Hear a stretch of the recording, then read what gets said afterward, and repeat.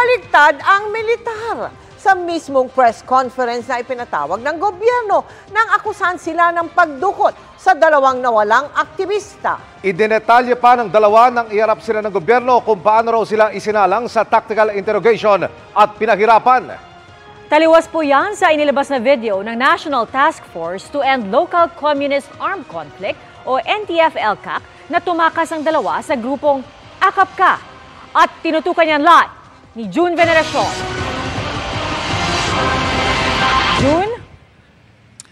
Mel, Emil Pia, sa unang pagkakataon ay humarap sa publiko ang dalawang environmental activist na nawala sa Bataan. Inilutang sila ng mga opisyal ng pamahalaan dito sa munisipyo ng Plaridel, Bulacan para daw magkaliwanagan. Pero anong nangyari? Sa hindi inaasahang pagkakataon, nagbumerang ito. Piliin na namin na magsalita ngayong araw. Sa press conference na ipinatawag mismo ng gobyerno at militar, para sana pasinungalingan ang paratang na dinukot nila ang mga environmentalist na sina Jonila Castro at Jed Reyana Tamano. Dinukot ba kami o kung sa kami, voluntaryo kami sumurrender? Nagkagulatan nang magsalita ang dalawa. Ang totoo po dinukot kami ng mga militar sa ng ban. Napilitan din kami na sumurrender.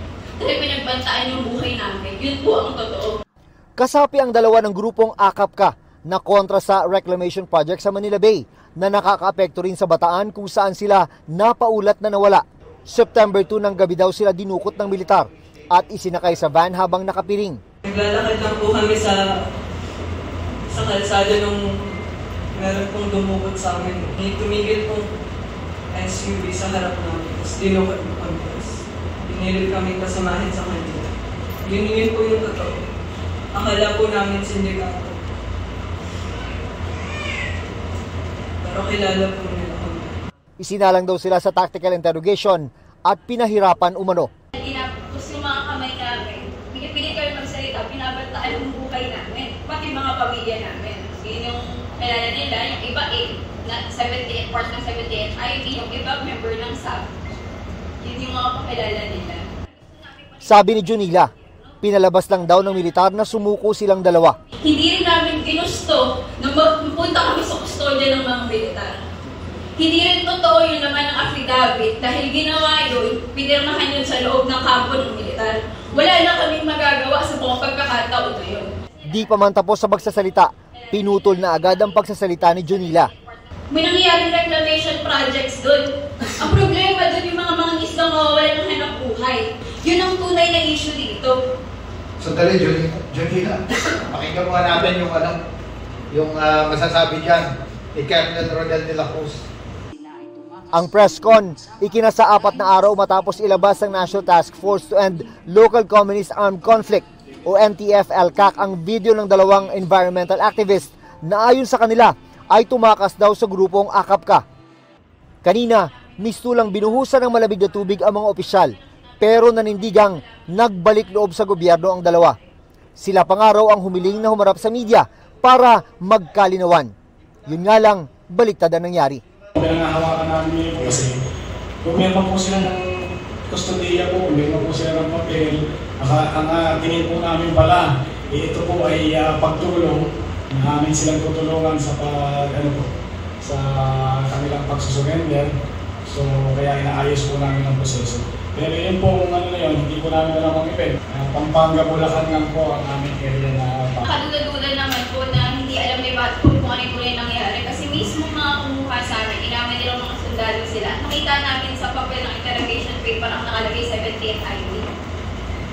Kaya hindi ako naniniwala na hindi alam ni Battalion Commander na dinukot kami. Regarding this allegation, we will stand by kung ano yung report ng AFP. Pagkatapos ng press conference, nanatili muna ang dalawang aktivista sa munisipyo ng Plaridel, kung saan napasugod ang ilang militante para igiit na palayaan sila. Sa gitna ng tensyon, isang pulis ang nahiwalay sa kanilang linya. At kasunod ng negosasyon, napagkasunduang dalhin sina Jonila at Jed sa opisina ng Commission on Human Rights sa Quezon City, alinsunod sa kagustuhan ng dalawa.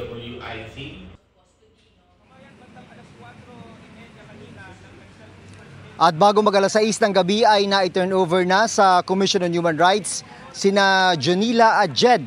Doon ay nagkaroon ng pagtitipon ang ilang militanteng grupo para kondinahin ang ginawang pagdukot sa kanila. Dito naman sa munisipyo ng Plaridel, Bulacan ay tahimik na, balik na sa normal ang sitwasyon. Pia?